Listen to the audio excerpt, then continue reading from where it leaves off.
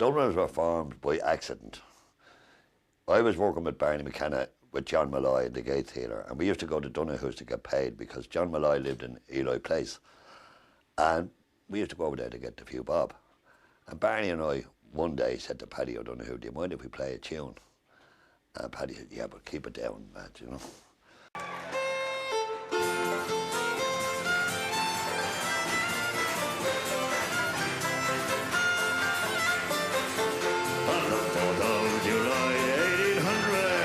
We set sail from the sweet Cold.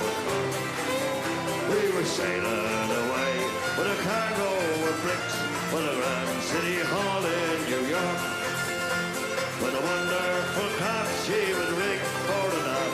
I know how the wide wind drove her. She stood several blasts, she had 27 masts, and they called her the Irish Rover. We had 1 million bags of the best Sligo rags. We had 2 million barrels of stone. We had 3 million sides of our blind horses' hides, with 4 million barrels of bones. There were 5 million dogs, 6 million hogs, and 7 million barrels of porter. There was 9 million bales of old Nanny Goat's tails, all on board of the Irish Road. At that time in Dublin, you couldn't play in pubs. The attitude in pubs in Dublin was a drink up and shut up.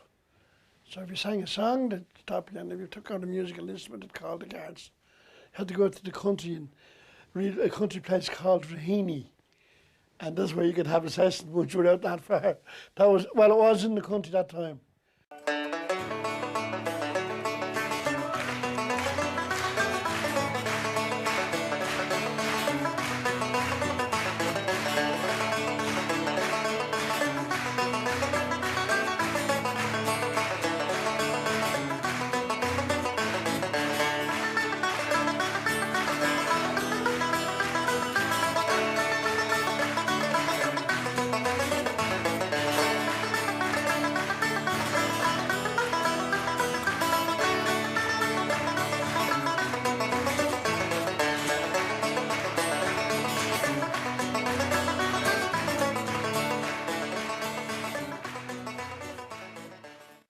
I used to play with a chap called Bob Lynch. I was dragged out of Cayley bands and playing in my front parlour, and Bob inveigled me to join him as a duo and some of the gigs around Dublin, but just at the start of the revival of the folk scene, I suppose. And it took a lot of persuading, but Bob kept bringing me up, and eventually I went up to his house. And we played a few tunes, and he was delighted with the result, and he rang up Peggy Jordan, who was a kind of an agent for booking folk acts at the time. And he got me to play the Mason's Apron into the telephone. And Peggy was listening at the far end, and Bob beckoned me when I was finished, said that's okay, and he continued on the conversation with Peggy. And he comes into the front room, and he says, that's grand, you passed the audition, we have 3 gigs next week as a duo. And I worked with Bob for about a year like that, and then when Luke left the Dubliners around, when would it be, around 63 I suppose, it left a big gap in the group, of course, and at the time the lads were doing a regular Saturday night show in the Abbey Tavern, and then in the Royal Hotel in Howth. And so they asked Bob and myself if we'd come in and fill in during what Ronnie called the porter break. And we did that for a couple of weeks, and then rather than go home after doing our spot, we just joined in with the lads for the second half, and people started talking about the new lads in the group.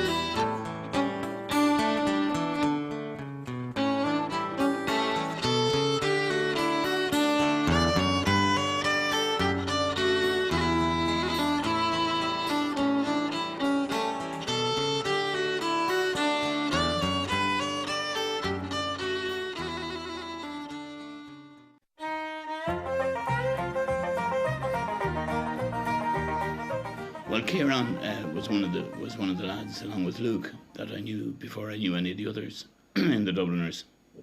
I used to meet Kieran a lot in about 66, 67.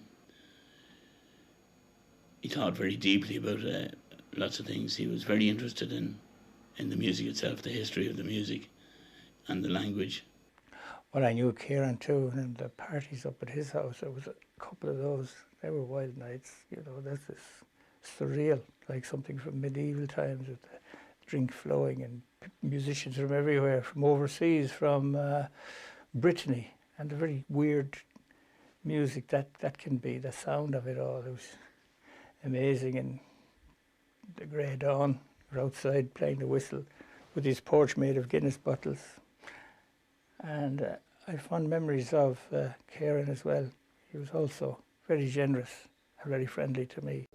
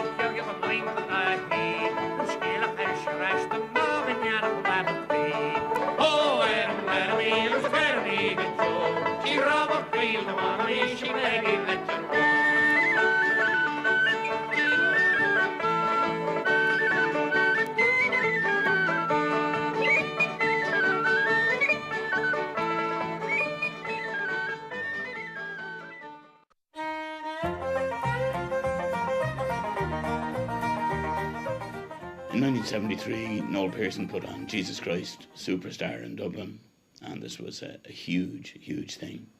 I played the part of Peter, and the part of Herod, it's a cameo part, was played by Luke Kelly. During the run of the show, Kieran Burke of the Dubliners got ill, and Luke, with John's sort of say-so, came to me and asked me would I make up the numbers.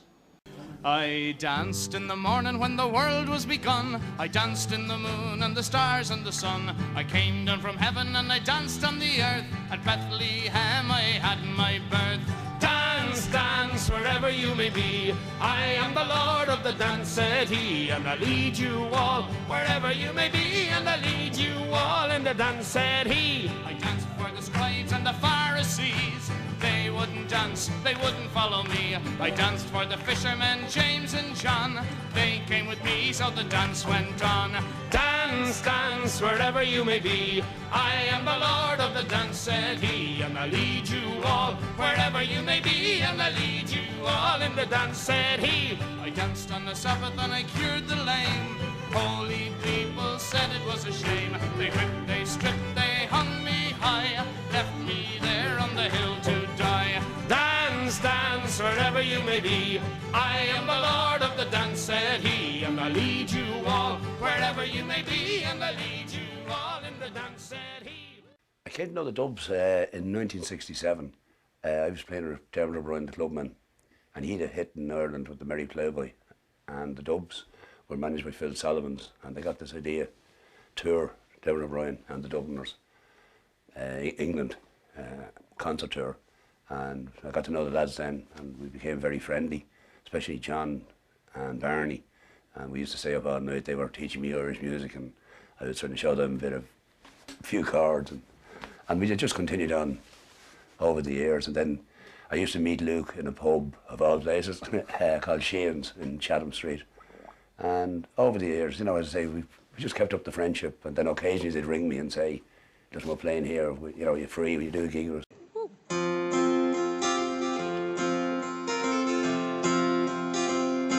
He was a pal and a friend always. He stood by me In the bad old days, he never came at no doubt. We rambled on through the rain and snow. And here's to you, my rebel boy. May all your rambles bring you joy. Here's to you, my rebel boy. May all your rambles bring you joy. I was asked to come up to Edinburgh once, about 1980. The Dubliners were on tour in England or Scotland, and I had a call to say would I come up. And I understood it was like to do support that someone let them down, but actually it was Ronnie's father who was, he had died and he went back for the funeral, so I just stepped in that way. And then in '82, Luke was ill, and I was asked if I'd go to Germany on a tour. And it's an offer I couldn't refuse, to be quite honest. As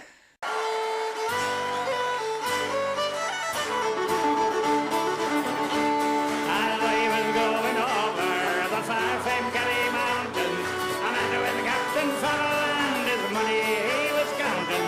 I first moved me pistol for very fishy of gold. I couldn't choose the water, so a runner I was taking was sharing when you were with us. What for the daddy-o, what for the daddy-o, there's whiskey in the jar. I counted out his money, it made a pretty penny. I took it in my pocket and I took it home to Jenny. She sighed and she swore, she never would deceive me. But the devil take the women, for they never can be easy. But sharing and when you're looking at what for the daddy-o, what for the daddy-o, there's whiskey in the jar. People have often asked me what it was like stepping into Ronnie's shoes or whatever. I never felt like that because Ronnie is a unique voice, and there's nobody could step in or take over from him. So I felt I was going into Dubliners on my own steam, basically, not taking over from anybody. Or, like, I mean, Ronnie and Luke were two irreplaceable people, really. There was nobody else could come in and step in. So I basically went in on my own steam and my own merits. I wasn't effectively thinking of, I am taking Ronnie Drew's place. That never occurred to me because I don't think anybody could. By a lonely prison wall, I heard a young girl calling.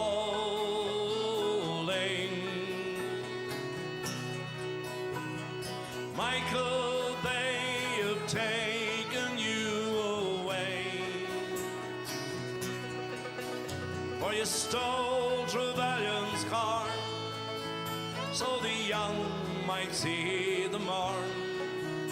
Now a prison ship lies waiting in the bay. Low lie the field of Athenry, where once we watched the small free birds fly. Our love was on the wing, we had dreams and songs to sing. It's so lonely round the fields of Athenry.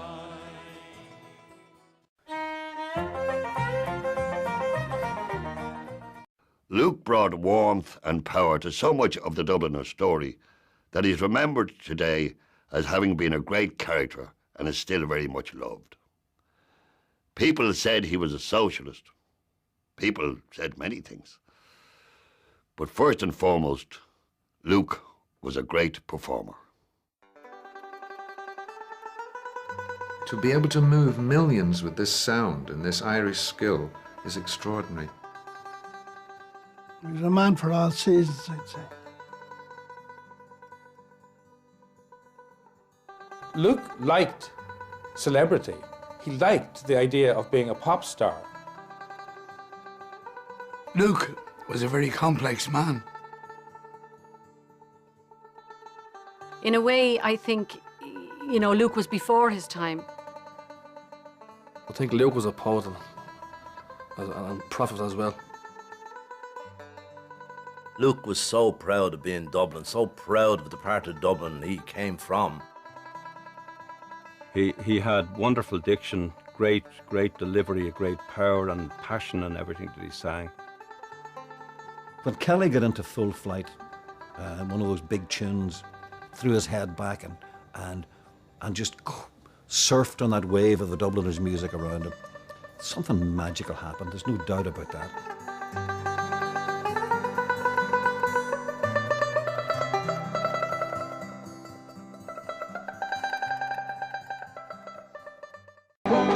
Well, in a neat little town they call Belfast, apprentice to trade I was bound. Many an hour sweet happiness have I spent in that neat little town. A sad misfortune came over me, which caused me to stray from the land, far away from my friends and relations, betrayed by the black velvet band. Let's hear you sing now. Her eyes, they shone like diamonds. Come on! I thought her the queen of the land, and her hair it hung over her shoulder, tied up with a black velvet band. Because he's got no fallurum, fa little iurum, got no fallurum, fa little olay. He's got no fallurum, he's lost his ding-durum. Mate, when you're young, never wed an old man. An old man came courting me, hey, ding-durum down. An old man came courting me, being young.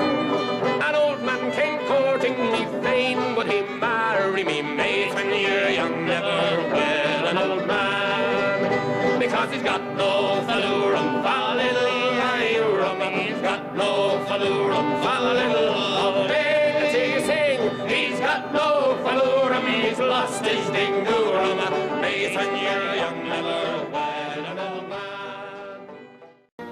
In the early morning, the shirt factory horn calls the women from Cregan, the moor and the bog, while their men on the dole play the mother's role, fed the children and then trained the dog. And when times got rough, there was just about enough, but we saw it through without complaining. For deep inside was a burning pride in the town I loved so well.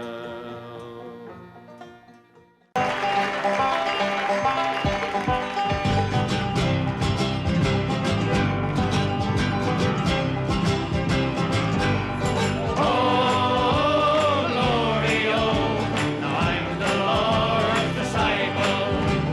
Oh, glory, oh, now hand me out my Bible. I like my liquor and my living, hard, may the Lord save my soul. My salvation was the turn of a card, my heart sounds like a hole. But everybody's got the right to go wrong, everybody's got to sing my song.